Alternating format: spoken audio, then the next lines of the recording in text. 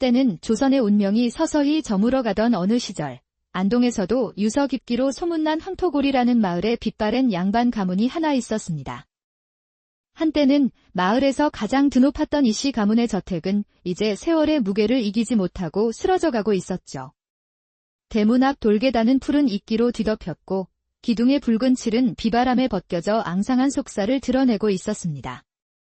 바로 그 쇠락한 집에 늦가을 단풍이 지던 어느 날 조용한 가마 한 채가 들어섰습니다. 가마에서 내린 여인은 평민의 딸 서하였습니다. 달빛처럼 맑고 고운 얼굴이었지만 그녀의 깊은 눈동자 속에는 차마 말 못할 비밀과 굳은 결의가 함께 서려 있었습니다. 쯧쯧, 망해가는 이씨 가문이 결국 상놈 며느리를 들이다니. 가문의 체면도 이제 끝이구먼. 글쎄 말일세. 저 여인 뱃속에 벌써 이씨 가문의 씨가 자라고 있다는 소문이 파다하다네. 소문은 사실이었습니다. 서하는 이씨 가문의 장남, 이한서의 아이를 품고 있었습니다. 철없던 양반 도련님이 순진한 처녀의 마음에 불을 지피고는 책임져야 할 일을 저지르고 만 것이었죠. 이 비밀을 아는 이는 오직 세 사람. 시어머니가 될 최씨 부인과 아들 한서, 그리고 서하 자신이었습니다. 아들 한서는 뒤늦게 정신을 차리고 어머니 앞에 무릎을 꿇고 애원했습니다. 어머니, 서하가 아니면 아니 되옵니다. 소자가 책임져야 할 일입니다. 부디 허락하여 주십시오. 이 철없는 놈아. 내가 가문의 체면에 무슨 짓을 했는지 알기나 하느냐? 어찌 천한 것과 핏줄을 섞는단 말이냐? 이미 그 여인의 뱃속에 저희 핏줄을 품고 있습니다. 어찌 외면할 수 있겠습니까? 최씨 부인은 며칠 밤낮을 고뇌했습니다. 가문의 명예는 땅에 떨어졌지만 뱃속의 핏줄을 버릴 수는 없었습니다. 내 뜻대로 하거라. 이 어미는 이제 모르겠다. 그렇게 혼례가 결정되었습니다. 아들 한서는 그 순간만큼은 진심으로 간절했습니다. 어머니, 소자가 반드시 이 가문을 다시 일으켜 세우겠습니다. 서하와 함께라면 할 수 있습니다. 그의 눈에는 무너진 가문을 향한 책임감과 서하에 대한 연정이 뒤섞여 불꽃처럼 타오르고 있었습니다. 혼례식 날, 비록 하객 몇 없이 초라했지만 서하는 붉은 치마를 입고 절을 올렸고 한서는 관을 쓰고 맞절을 했습니다. 신혼 첫날 밤, 남편은 아내의 손을 잡으며 다정하게 속삭였습니다. 고생을 끼쳐 미안하오. 앞으로 내가 잘할 것이니 우리 함께 잘 살아봅시다. 서하는 조용히 고개를 끄덕였습니다. 그때까지만 해도 희미한 희망이 있었습니다. 하지만 시어머니 최씨 부인은 달랐습니다. 혼례 다음 날부터 며느리를 그림자 취급하기 시작했습니다. 어머님, 안녕히 주무셨습니까? 문안 여쭙니다. 그러나 시어머니는 눈길 한 번 주지 않았고 밥상을 차려도 트집을 잡기 일쑤였습니다. 이게 음식이더냐? 밥도 제대로 못하는 것이 며느리랍시고 앉아있구나. 죄송합니다. 어머님. 다음엔 더 신경 쓰겠습니다. 저 천한 것이 들어와 우리 집 족보를 더럽히는구나. 시어머니의 독설은 날마다 서하의 가슴에 비수처럼 꽂혔습니다. 그런 어머니를 곁에서 지켜보던 남편 한서도 조금씩 변해갔습니다. 처음엔 아내를 감쌌지만 시간이 흐를수록 말수가 줄고 아내를 피하기 시작했습니다. 서방님, 다시 글 공부를 시작해보시면 어떨까요? 가문을 일으키시겠다 하셨잖아요. 아내의 조심스러운 말에 남편의 얼굴이 싸늘하게 굳어졌습니다. 네가 뭘 안다고 참견이냐? 서하는 처음 보는 남편의 냉정한 모습에 화들짝 놀랐습니다.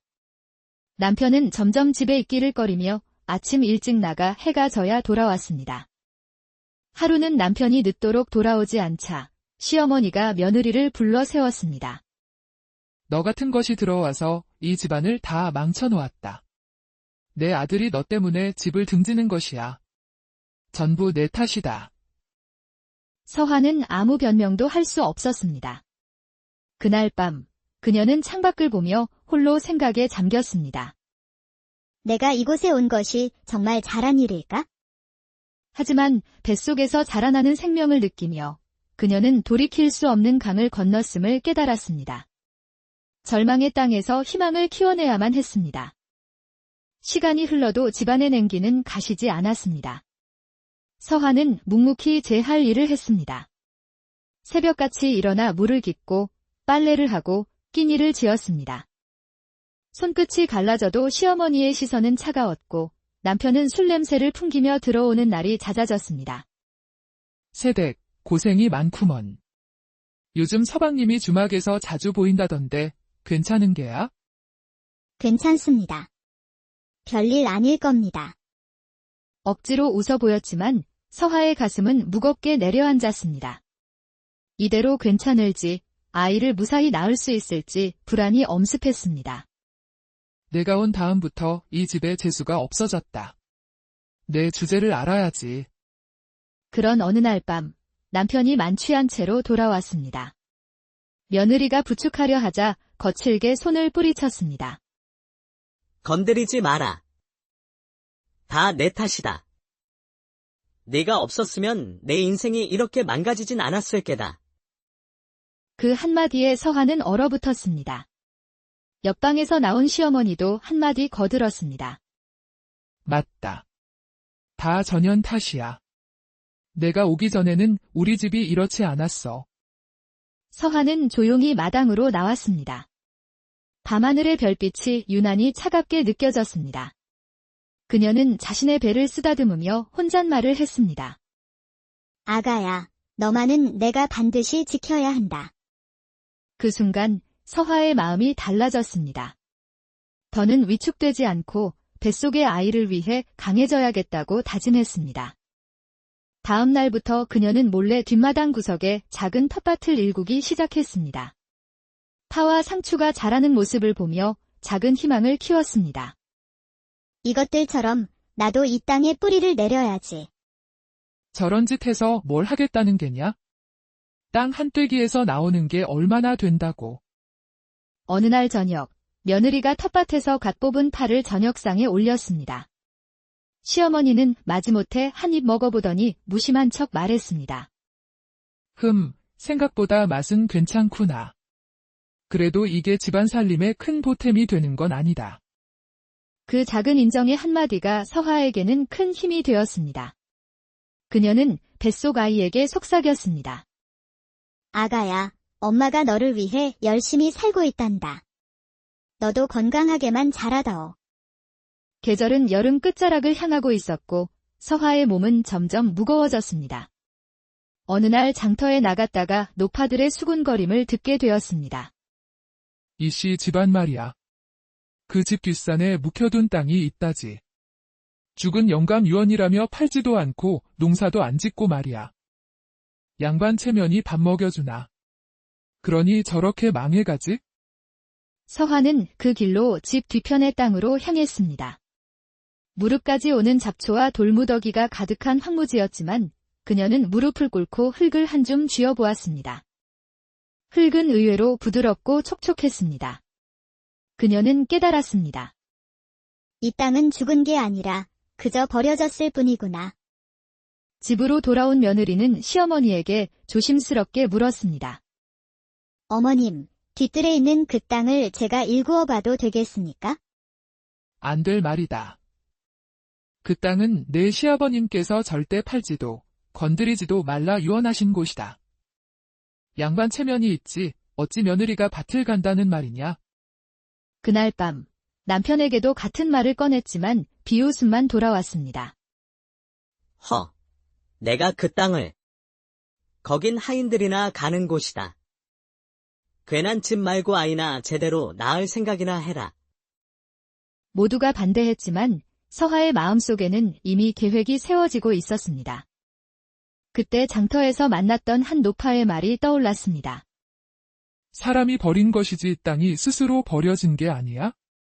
땅은 정성을 들이면 반드시 보답하는 법이란다. 서하는 결심했습니다. 새벽 일찍부터 남의 집 허드레시를 나가 푼돈을 모으기 시작했습니다. 목표는 밭을 갈 소 한 마리를 사는 것이었습니다. 양반과 며느리가 남의 집 문지방을 넘나들다니. 동네 사람들 보기 부끄럽지도 않으냐? 어머님, 우리가 먹고 살 길이 있어야 하지 않겠습니까? 며느리의 말에 시어머니는 입을 다물었습니다.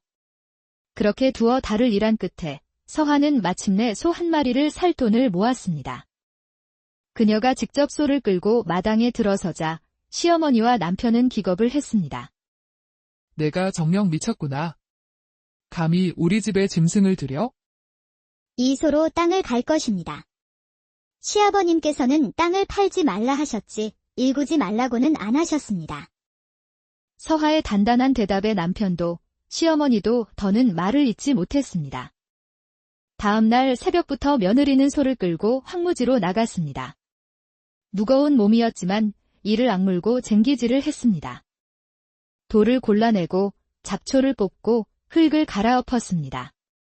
땅은 조금씩 부드러운 속살을 드러내기 시작했습니다. 저 집며느리 정말 대단하네. 임신한 몸으로 저 밭을 다 일구다니? 마을 사람들의 비웃음은 어느새 감탄으로 바뀌어 있었습니다. 마침내 며느리는 그 땅에 콩과 배추, 무씨앗을 정성껏 심었습니다. 잘 자라다오. 우리 가족의 희망이란다. 그러나 시련은 거기서 그치지 않았습니다. 며칠 뒤 하늘이 뚫린 듯 폭우가 쏟아졌습니다. 안 돼. 이러다 밭이 다 떠내려가겠어. 며느리는 쏟아지는 비를 맞으며 밭으로 달려갔습니다. 흙탕물에 휩쓸려가는 씨앗과 모종을 필사적으로 붙잡았습니다. 비가 그쳤을 때 밭의 절반은 사라졌지만 기적처럼 절반은 뿌리를 내리고 살아남아 있었습니다. 그 고생을 해서 남은 게 고작 절반이더냐? 절반이나 남았습니다. 어머님. 그 절반이 제 전부입니다. 며칠 뒤 모진 비를 견뎌낸 싹들이 파릇파릇 고개를 들었습니다. 서화는 그 어린 싹을 보며 눈물을 흘렸습니다. 가을이 되자 밭에는 풍성한 결실이 맺혔습니다. 통통하게 속이 찬 배추와 굵은 무, 주렁주렁 열린 콩들이 가득했습니다. 며느리는 매일 새벽 소의 등에 바구니를 싣고 장터로 향했습니다. 그녀가 정성으로 기른 채소는 날개 돋친 듯 팔려나갔습니다.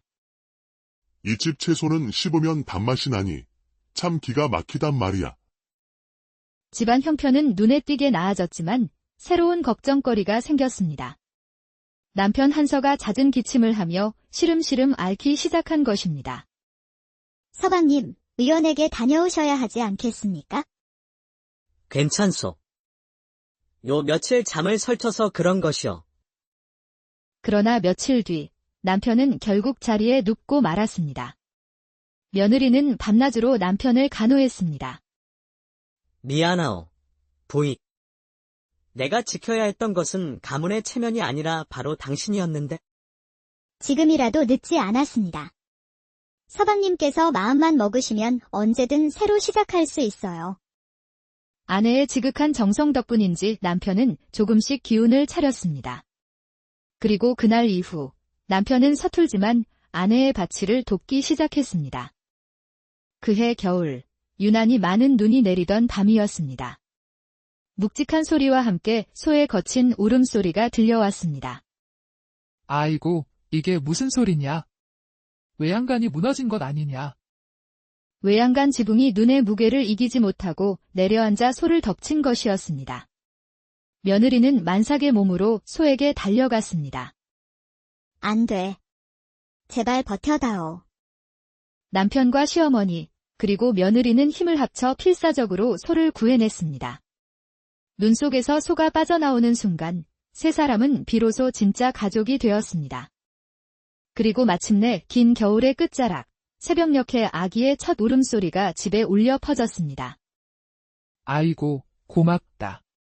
참말로 고맙다, 아가야. 아이의 이름은 영수, 절망 속에서 피어난 이 집의 새로운 희망이었습니다.